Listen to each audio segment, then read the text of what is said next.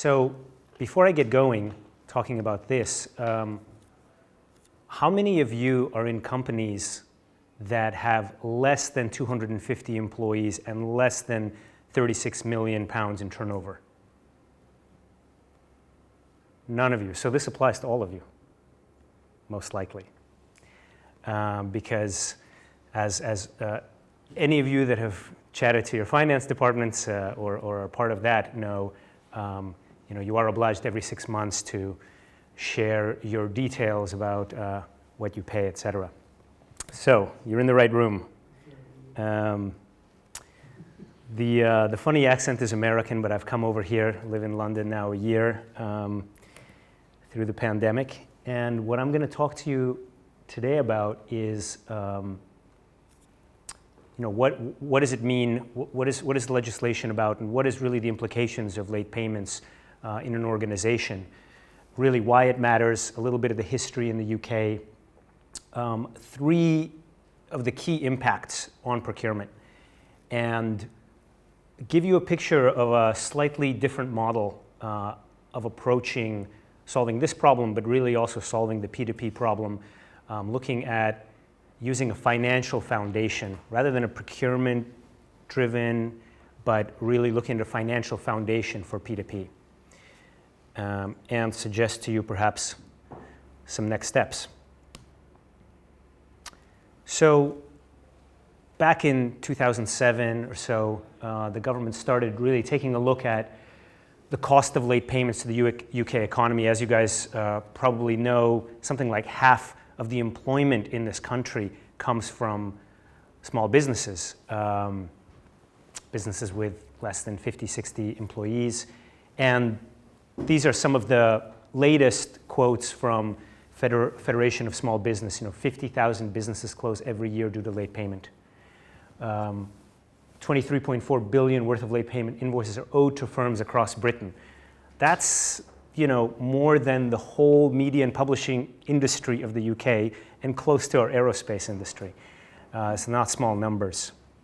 So obviously with this in mind, the government put in place some legislation. These guys, they're after you.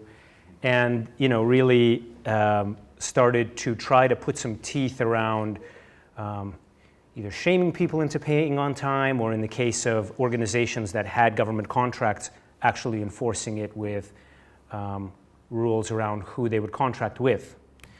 And so the history looks roughly like this, right? In 2015, the prompt payments policy, which really said that the government was going to look at the contracts they were handing out, and if you have over 5 million in revenue with the government, then you have certain obligations in terms of on-time payment, different categories of suppliers, and overall your suppliers need to be paid within 60 days, more or less, 95%. Biannual reporting was introduced in 2017, so there's a whole lot of companies that don't do that much turnover with the government, but now your name is in a database and we can look you up. Maybe today we'll have a look at some of you guys and see how you're doing. But the point is that any vendor can go on there and actually scrutinize how they're likely to be paid by you. And it's being ratcheted up fairly slowly, I would say, but more stringent, less days, higher percentage of on-time payment. So obviously any organization that is contracting with the government or thinking about contracting with the government, this is top of mind for them, and you can see it in their figures because they're just at 94, 95%. They're right there. You look at AstraZeneca, you look at Babcock, et cetera. They're all towing that line because they don't want, when they put in a bid, to have that come and hit them. So that's a little bit of the history, and any of you guys that are involved in this will know this is not news to you. So I want to look back a little bit and see what this legislation's actually done, because I took the data set from the government website and I ran some analytics. And so let's go back to 2017 when the requirement for the reporting was first introduced. Okay, so at that time, what do you reckon was the average across all the companies that are over that size requirement for reporting, what was the average percent of invoices they would pay late? Any guesses?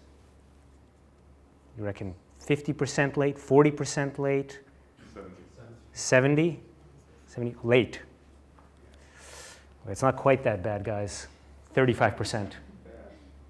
Okay, but yeah, I don't know how our economy would be standing up if 75% were late, but yeah, no. So there, obviously, besides having something publicly put on a website, there are other pressures, operational, etc., reputation, negotiating power, decency, etc. That make people pay on time. This was the average days to pay an invoice. That was 2017. Okay. Let's have a look at what's happened over the last 4 years.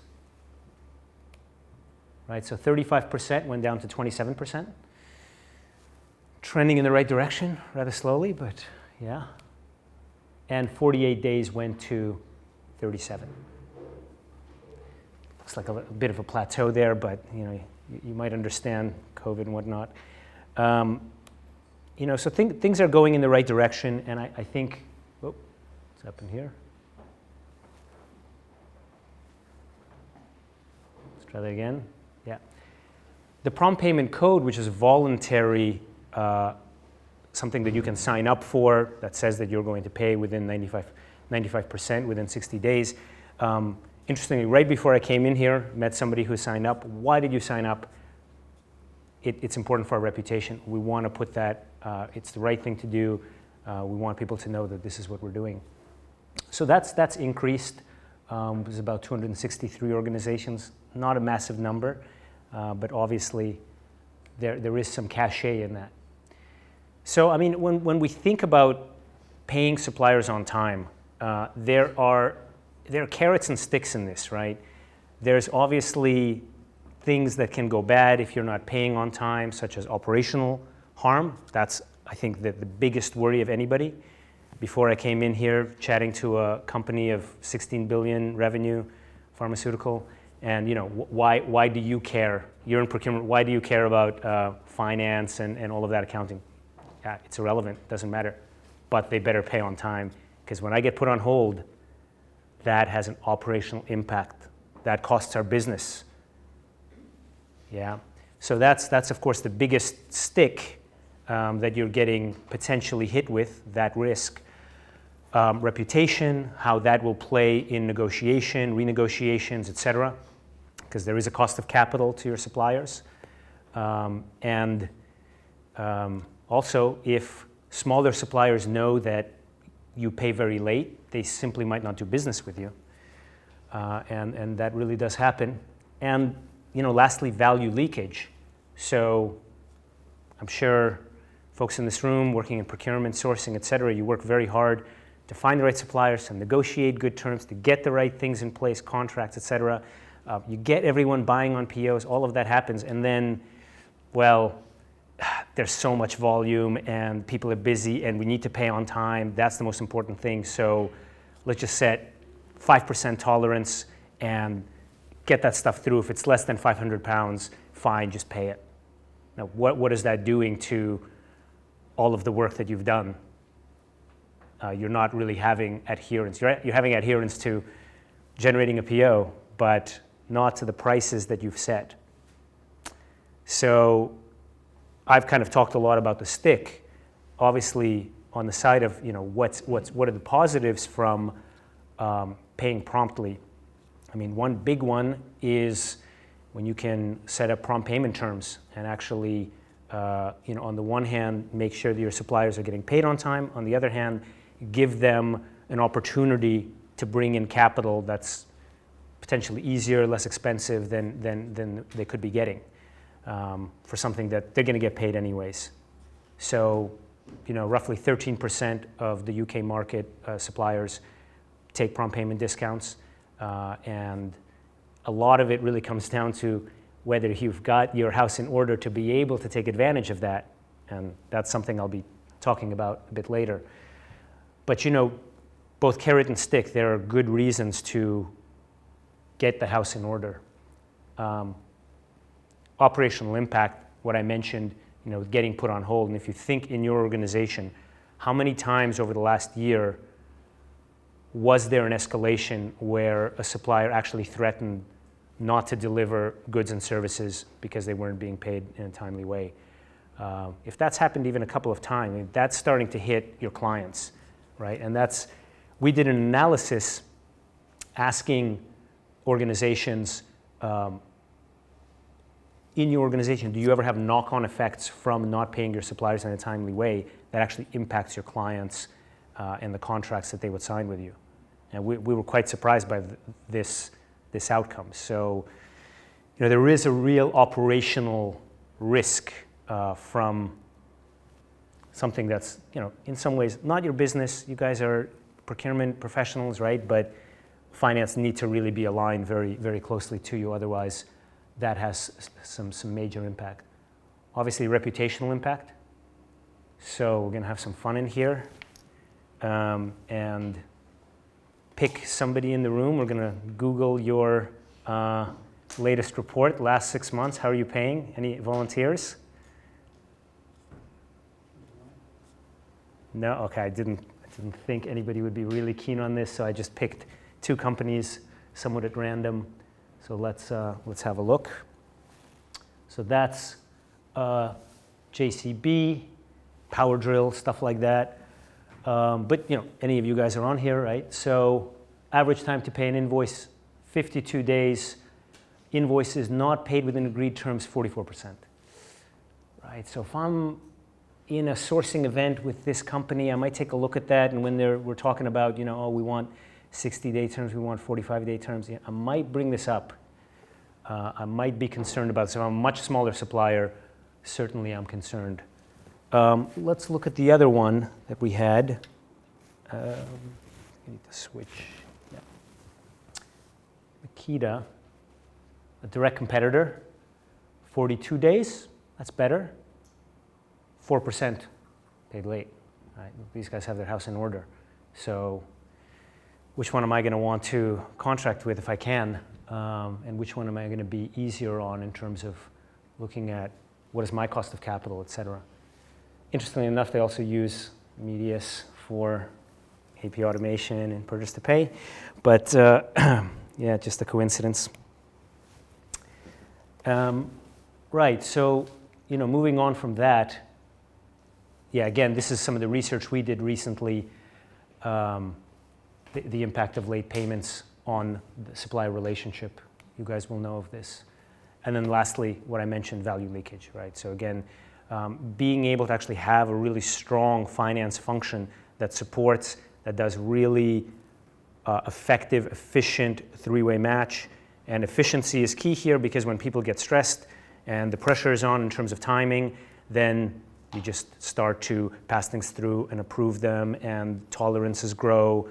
And suddenly, recently, a retail company in London that I met with, we found that, well, they just put a 5% on everything, unit price, quantity, total amount, and just it's passing through. So I'm saying, well, so you could have a 5% loss here from all of the hard work that sourcing, procurement, and buyers are doing.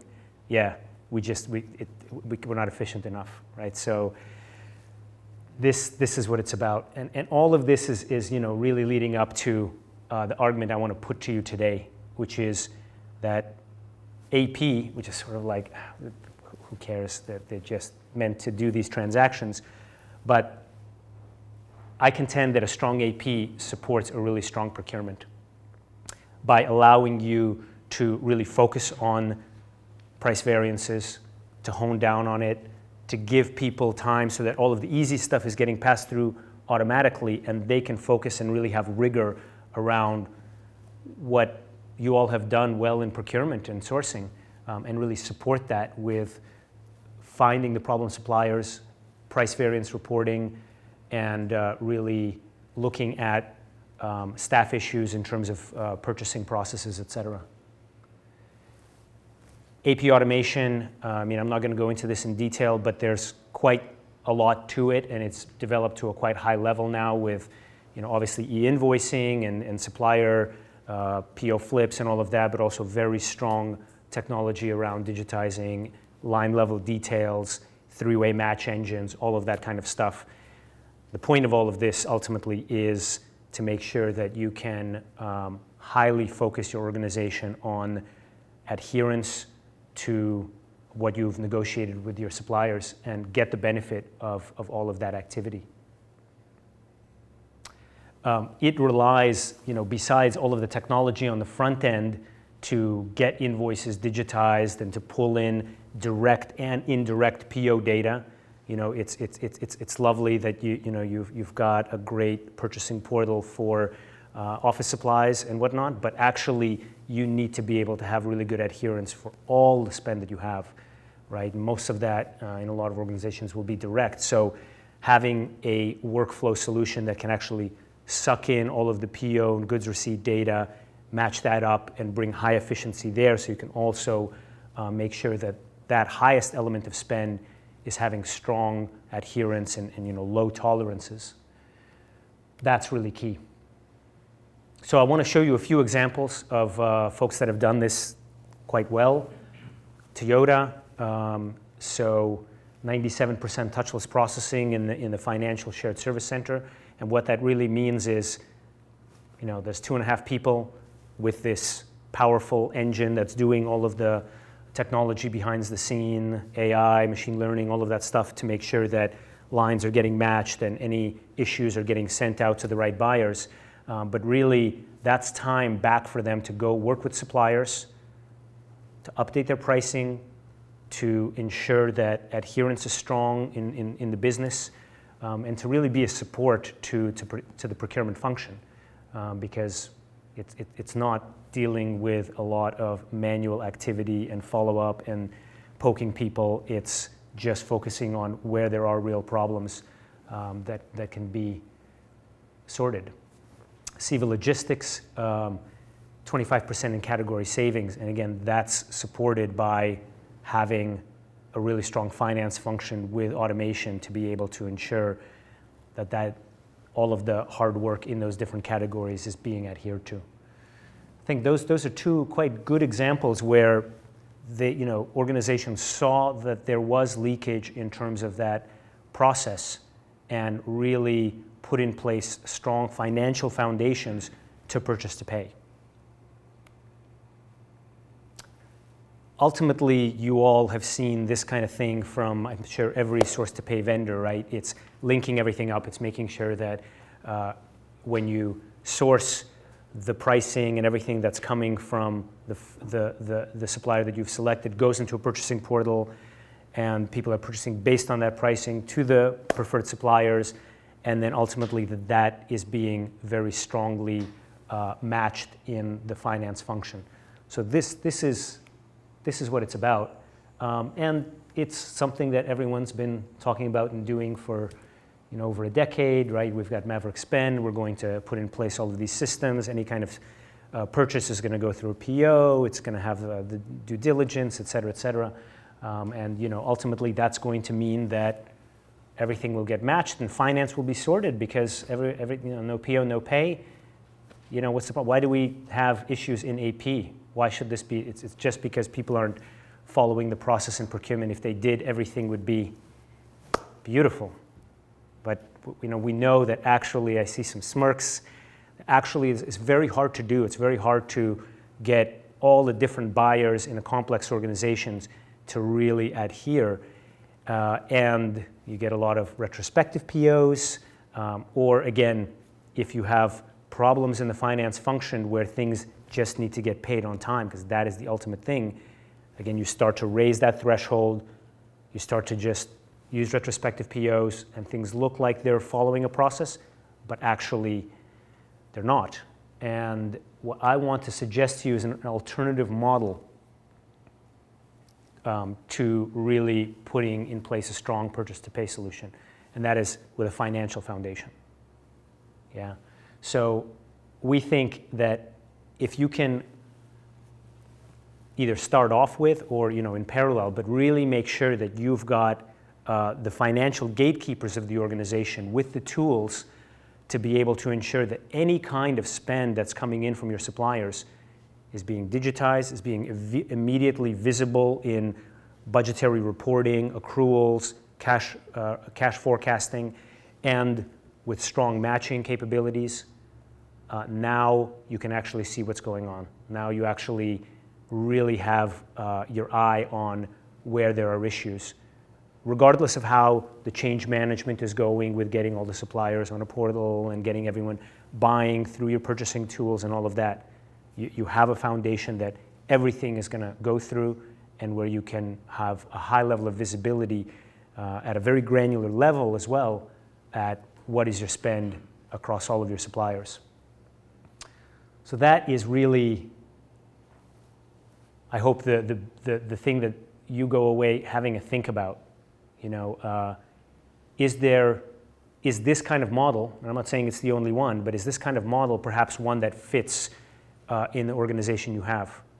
Either because you have quite a lot of direct spend that you see the matching process not really performing very well, and there's escalations, and there's people who are actually letting through a lot of variances, where you don't have visibility on how much variances are being put through because POs are just getting amended and then everything looks beautiful. How much issues do you have in terms of that three-way match process in your organization, and is putting in place a really strong financial foundation, perhaps an alternative model to really looking at purchase to pay and source to pay. Yeah. So that's been a model we've used very heavily with our clients. We have about 4,500, clients globally, companies like Siva, Makita, Nissan, et cetera. And we really think that this is a kind of progression that can be very sensible. And at a time when CFOs are really demanding from procurement to really show results and really have strong business cases, it's actually quite a straightforward one to make, because cost savings in the financial and accounting department are fairly straightforward to show with automation, whether it's late payment fees, early payment discount opportunities, the time and labor that's involved in doing things in a very clunky way. It's actually a very straightforward point to make, as opposed to trying to squeeze out more category savings in different areas. So we think we can really help. And the next step that I would recommend, if it's something at all of interest, is to go through a value analysis exercise and really look at kind of problem identification of where are the areas in the organization that currently seem to have issues, what's the root cause of those, and what does a solution look like, and then figure out who's the right vendor for that. But our exercise first is always to do that kind of thing and understand what is it that we're actually going to be focused on. And this is the kind of output that comes from that, to really understand what's the potential. And so if you are over here in fairly basic process, all the way to kind of the best-in-class tools, the most fit-together organizations in terms of technology and processes, obviously that's the difference between a bit of spend control and some savings versus significant things like what Siva, et cetera, have shown. Right, that's got 5 minutes left, I think, so we have time for questions. Yeah, talk about in terms of like the best vendor. I guess we look now, just going out in the hall now, vendors that will offer solutions across kind of source to pay. What about from our perspective in terms of being able to approach vendors for a part of that story? So I know increasingly now there are other vendors out there that go, hey, we just provide you with a kind of a front-end user interface, but behind that sits a best of breed. How do you sit in respect to that, supporting that? So you might want to go to one vendor for your CLM solution, another one for spend management, another one in terms of your buying and invoicing. Yeah, great question. So I don't know if everybody heard, but basically, instead of buying this holistic source-to-pay solution, or the promise of the ERP that's going to do everything, going for point solutions for different needs. I think that absolutely can be the strategy, and I think that value analysis and problem identification is really the key. Before you replace a whole bunch of things that you already have in the organization, where is the real problem? Maybe it's not finance, and then obviously, perhaps we're not the best. Maybe it's spend analytics, and that really needs to be the focus first. I think obviously source to pay and purchase to pay being joined up is very important, because you don't want swivel chairs between running a sourcing event and then putting that pricing into something else and all of that. That can start to really lose value. So there are good reasons to get a holistic solution, but you also have to then understand, are we just doing this for indirect spend? If we're doing it for direct, then is this still actually just a part of it, because we need to pull this in and be able to match and manage it? So I think it very much depends. You're going to have business cases that are just contract management, and that's the thing that we need to focus on. It's strategic, it's part of the vision for the company, it affects the outcome that we're looking for. And then sometimes, no, we've got big needs across all these different areas, and obviously there's a benefit of not having swivel chairs and integrations and multiple vendors if we can find something that can holistically solve a problem. Yes, please. You could acknowledge if it's off the subject, but the problem I deal with this time of the year in my company is that a lot of the terms in the manufacturing organisation are delivered terms, DAP or something. And if you're doing intercontinental, inter-country, especially after we've left the EU, there's a big difference between point of dispatch, point of arrival. So effectively, if you've got DAP terms, the invoices can be significantly in error. So the dates, most ERP systems do not allow you to future date a sales invoice. It's illegal in most countries. So it's sort of basically all your data is flawed. Most of it you just sort of, ignore it. But there's times of year where you perhaps sort of look at it and say, well, actually, legally, we shouldn't be paying this invoice now. But it's trying to it seems to me that the industry doesn't seem to offer a very good solution for this. How do you guys deal with it? Do you end up having to pay earlier than you would like, or just a note? Most of the time, yeah, and we sort of factor it into payment term. But it means that from the perspective of the suppliers, they're thinking, their systems are going by the dispatch date. Mm-hmm. But actually the contract, the purchase order they've signed is on arrival. And ERP systems don't seem to have developed, to my knowledge, I don't see it, that you just see it always point of dispatch. So if you've got 5 days to get stuff over the Alps, it often crosses a month end, and then stuff gets into a different payment month. So I would say two things about that. One is obviously having a good bit of efficiency so that you can manage for those suppliers a speedier process, so that you're not in their perspective in breach. I think the other thing is if you can provide visibility of the fact that we've received this invoice, it's been approved for payment, and we've sent payment. Those kind of status report emails or on a portal, depending on what's the format the supplier wants to receive, we found that to be quite important, right? So as long as I know when that payment is coming as a business, I can still manage that, and I'm not going to be escalating it. Please. So I'm interested in your view. So it's good to see people like Siva and Toyota digitising this process. Do you think there's a big difference between private sector and public sector in this purchase to pay and prompt payment environment? Public sector, 290 billion a year, and has historically had lots of bad reputation around payments. Are you seeing any advances in public sector at all? Is that a place that you're in? To be honest, I don't know very much about public sector, but in preparation for this, I was reading about the history of public sector prompt payment in this country, and it's quite impressive, I would say. I don't know if it's all public sector organizations, but quite a few of them are adhering to very, very strict timescales for payment, 5 days, et cetera, et cetera. So obviously there's a lot of pressure there to pay suppliers in a very timely way. And to be honest, I think we ought to go have a look at these guys because they're probably under tremendous stress to have efficiency in this process. Yeah. How do you see it?